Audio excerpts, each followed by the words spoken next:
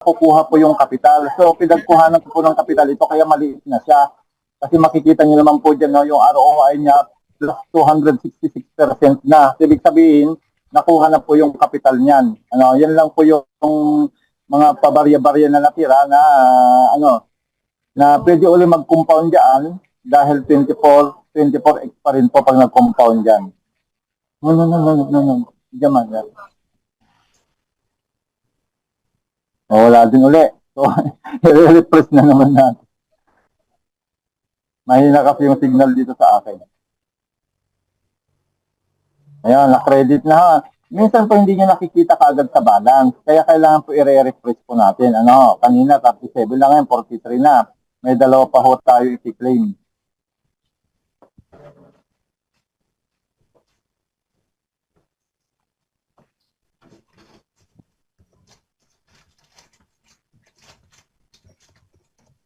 Maliit lang ito kasi $19 lang po ito, $19.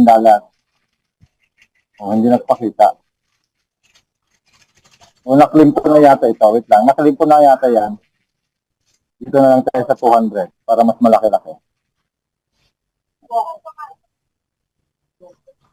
0.14 doon. Hindi lang nagpakita kaagad.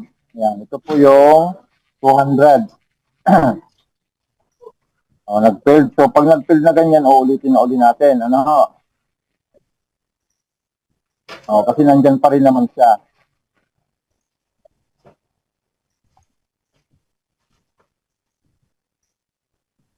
Nakita nyo, nakailang pindot na ako. Yung daliri ko ay kumakapal na yung, sir, yung dulo. Araw-araw tayo nagkikita ng profit.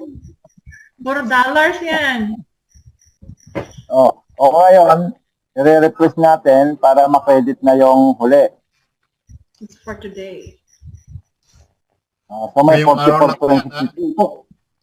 So magkano po ang withdrawal natin? Di ba minimum 10? Minimum $10. So ibig sabihin, sobra-sobra na po yan sa minimum 10. So ang gagawin natin dyan, i-withdraw na natin para meron na tayong pamalengke bukas. Ayan, pinakita na sa araw. Aldo.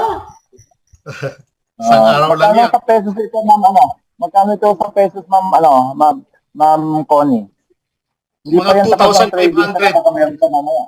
Ayan, 2,800. Ano nang mabibili niya sa palengke, sa Pilipinas? Malaki na yan. Malaki na yan. Ilang taon ang budget ni Ma'am Connie, Sir Eddie, sa isang linggo, between 10 to 15,000 a week yung kanyang budgeting sa marketing. So, kasi, kayang-kaya na ni Tag yun. Isang araw lang ni Ma'am Connie yan. 2,600. Isang araw lang ni Ma'am Connie yung sinasabi mo pag sa Anton, sobra pa nga yata isang araw eh. Nakuha ko na nga. Tingnan niya ha. Withdraw na ako. Ito na po yung pag-withdraw ha. Diretso na po ito sa wallet para pirahin. Yun po yung sinasabi namin withdraw. Papunta na po ito sa wallet. Yan. So maganda po dito sa ating Tag Market. Pwede po ang multiple wallet. Kung makikita niyo po yung wallet ko, tatlo po yan. Sa tatlo po ako nag-withdraw. Yung una, Wirex po yan. Yung pangalawa, yung Bit1, yung sarili nating crypto wallet dito sa Tag Market. Saka yung pangatlo, yan po yung Bybit. So dito ako sa Bybit nag-withdraw kasi pwede ko siyang i-transfer sa any wallet. Okay. Then, crypto. Okay, then, withdraw. Tapos na. Ganun lang. Maya-maya o bukas ng umaga, pag-gising ko na sa wallet ko na pwede ko na hong pamalengke, o pang shopping, o ano man yung gusto kong gamitin, So, ganun lang, sir. Kadali yung ating pag-withdraw. Doon po napupudpud yung daliri namin, yung pagpipindot po ng mga profit, Di ba magandang yata yon pagkapudpud ng daliri, yung profit yung i-claim mo, sir. Yung Thank you, Sir Eddie.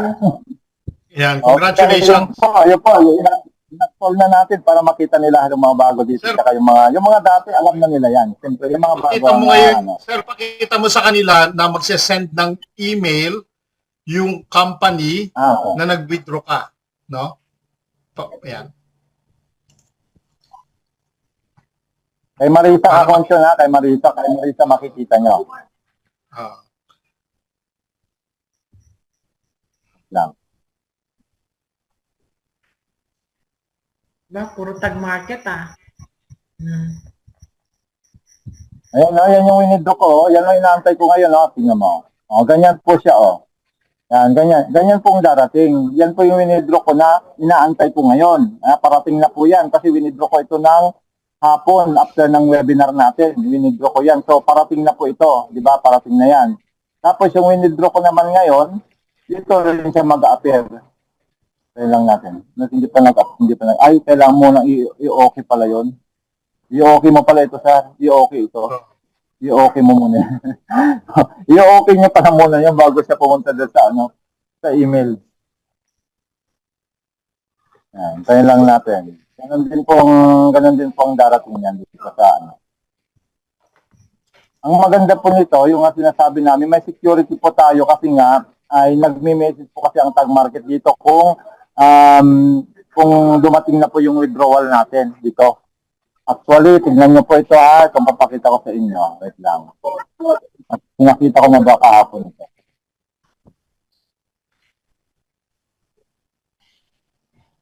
Anong petsa nung natin, sir? Nung Sunday ba yun o nung Monday? Anong date yun? Yung Saturday, May 1, nung May 2 yan.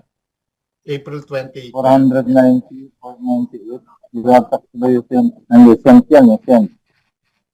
Marami yan dito eh. Ayun, nakita niyo po, ang maganda pa sa ating tag market kasi ay pwede pong gamitin si G-Crypto, yung GCash, na siyempre majority po ng mga Pilipino gumagamit ng GCash. Diba napakaganda nun, ma'am, Yes, yes, sir. Ed.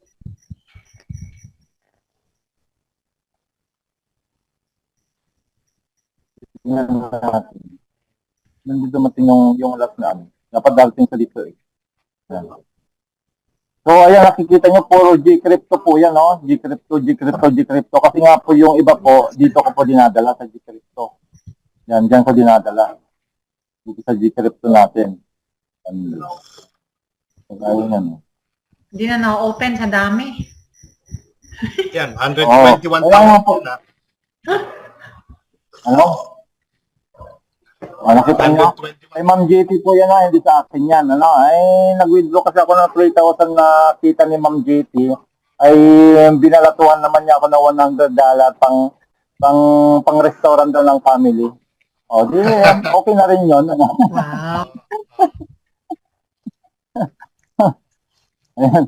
Yan po yung, po yan, 2,000 po yan. $2,000 po yan. Yung 12,000 na yan.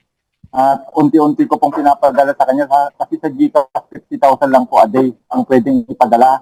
Di ba sa ma'am Connie, 50,000 lang kasi sa isang araw ang GCash eh.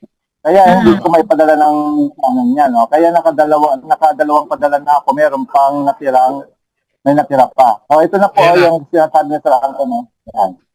Nakita niyo, great news, you've successfully received your withdrawal request. Here are the details. Ayan. 44.63 ngayon. Pag dumating na po naman yung withdrawal, magno-notify po ulit dito na sasabihin your withdrawal has been successfully. Ganun ba yon, sir? Sino ka kung meron dito?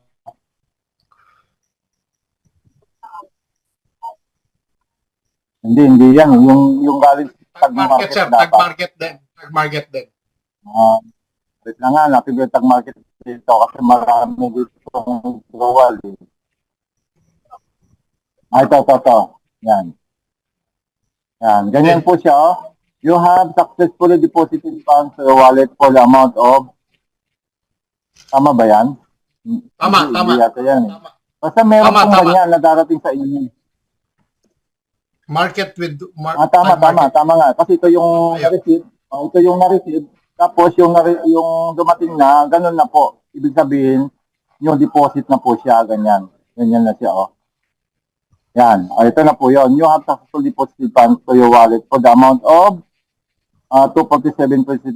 Yan. Yan po yung kinita ko nung linggo yata ito kung hindi ko nagkakamali. Yan. So, ganun po kaganda yung ating negosyo. Kaya, sabi ko nga, meron pa palang ganitong negosyo na wala kang gagawing kikita ka, mapupudpud po yung daliri natin sa kapipindot ng profit. Di ba napakaganda po, no? Wala pa yata akong narinig na ganun, sir. mapupudpud yung daliri mo sa kakiklip ng profit. Ayan. Congratulations. Ayan. Ayun, sir. Yan. Back to you, sir, Ma'am Connie. At ako itong anak ko magta-taekwondo pa oras na niya para pumunta. Thank you so Muay much. Thai daw, Muay Thai. Ayan. Ayun. Question. May question po. May tanong Yes, kayo? may question si Ma'am Frelin o si Sis Dai. Sis, pwedeng i-reinvest at, ay, ito pala, ako pala yan. Yung kita ba namin, kapag gusto namin i-reinvest, ay need namin gawin araw-araw dyan sa dashboard namin? Yes, pwedeng araw-araw, pero ang ginagawa ko, Ma'am Frelin, ganito, no? Kapag kumita ako, halimbawa ngayong araw, sinisilip, tinitingnan ko lang siya, nire-reinvest ko siya the following week. Iniipon ko lang yung kita ko. Kunyari, etong araw na to, kumita ako ng $50. Bukas, kumita ako ng 50. So, let's say, for example, from the whole week, Monday to Friday, kinita ko halimbawa ay $100. Ngayon, ang puhunan ko, example, ay 500. So, 500 plus the $100 na kinita mo, i-reinvest mo yung 100, magiging $600 na ngayon yung iyong investment, yung puhunan mo. Ngayon, the following week, mas malaki naman ang kikitain mo na kasi nire-invest mo siya. No? Compounding ang tawag doon. Kino-compound mo yung kinita mo, yung profit mo. Ganon ang ginagawa naming lahat, karamihan na nandito. Meron kaming certain target, Ma'am Frelin, na 6 months. No?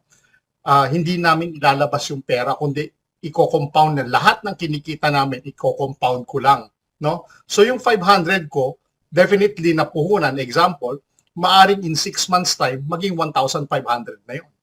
Tama? Kasi kumikita ka ng weekly eh.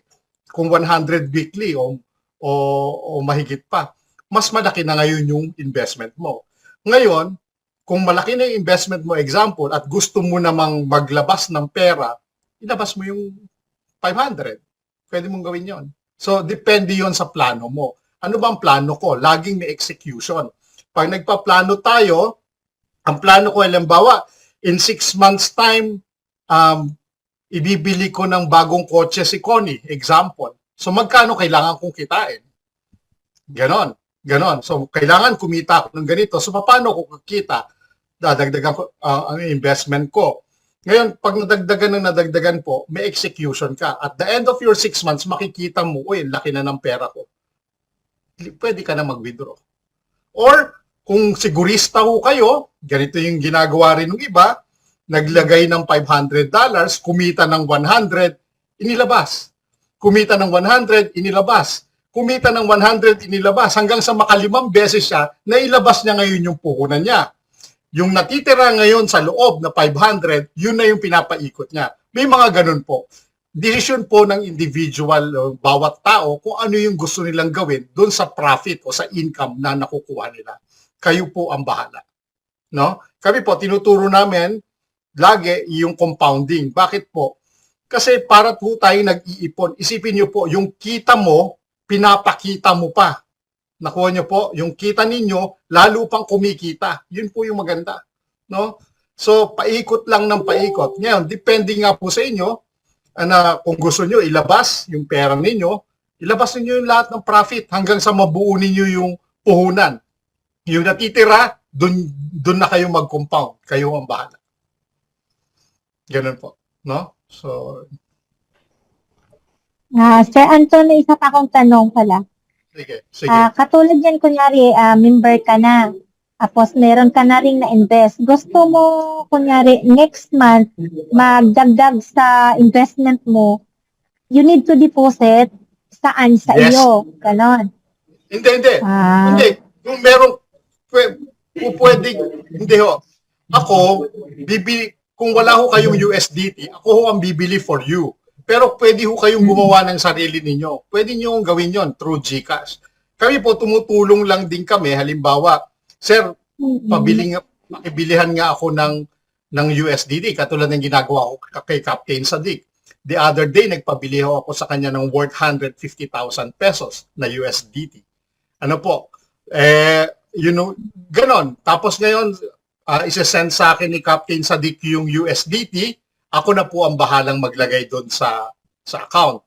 Pwede nyo pong gawin yon. So, kunyari, Pero si- Frelin, If you need assistance, PM me lang. tutulungan kita. Example, sir, meron akong peso worth 20,000 pesos. Pwede bang i-reinvest mo nga ito para sa akin? Papalitan natin yung 20,000 pesos mo worth of USDT, kung ilang USDT yon.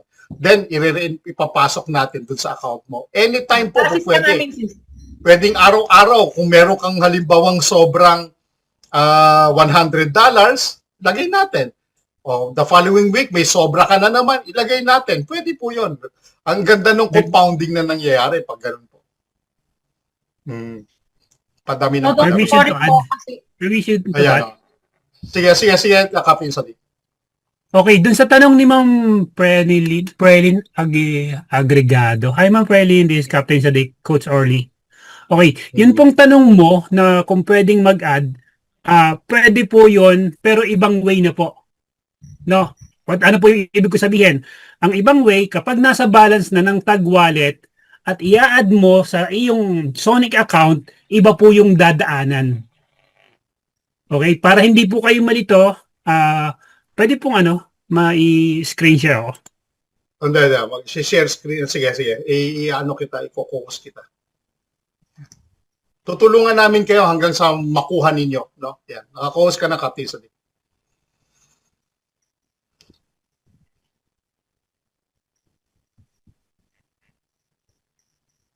Okay. Let's say nandito po kayo sa follower hub sa inyong account. Tingnan natin. Okay. So umpisahan po muna natin. Halimbawa po nandito yung balance. Nag-deposit, let's say may account ka na mama, tapos meron po dito sa taas na $10 or $20 na gusto mong idagdag. Ngayon, yung pong pinakita ni Sir Anton is paggawa po ng new account ng Sonic. Ngayon, kapag magre-reinvest po kayo or magdadagdag kayo ng account, dito na po kayo papasok sa deposit. Itong kalapit po ng withdraw. Okay? Diyan, i-click nyo lang po ito. Tapos, kung magkano yung nandun sa balance na idinagdag nyo, halimbawa, nagpa-deposit ka ulit ng $10 kay Sir Anton or whatever amount, yan po, dito nyo po ilalagay. Yan. And then, i-click mo po yung deposit. Yung $10 mo, mag-a-add dito sa naunang investment mo. So, yung $10, idadagdag mo dito, magiging 137 na yan, and magmumultiply din po yan ng 24. Okay? Ngayon, kung maggagawa ka naman ng another account, which is, nakikita nyo rito, dalawang account po yan, no? Ganun po ang gagawin nyo ulit, maglalagay po kayo ng Sonic, ng hashtag Stratify, tapos yung 24X, para magkaroon po kayo ng panibagong account. Okay?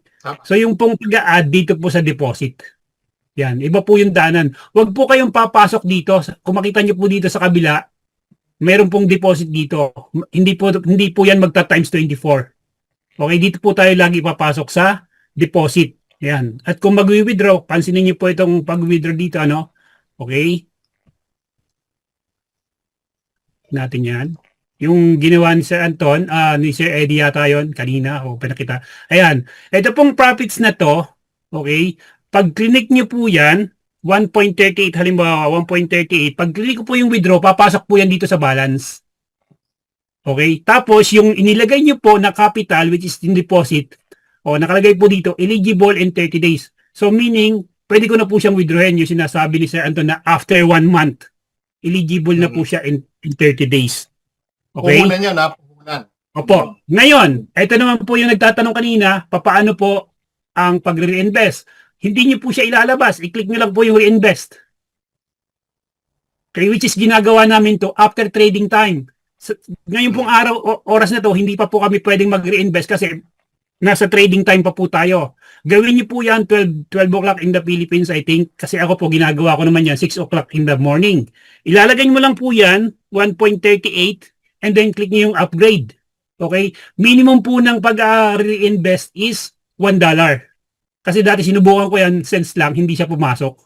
Nag-error siya, nag-message. Okay, tapos, ang nakalagay po dito, please note that the trading days timer will reset to 0. So, ibig sabihin po, yung yung inyong capital, babalik po siya sa 30 days. Every time na re-reinvest tayo, bumabalik po siya sa 30 days countdown.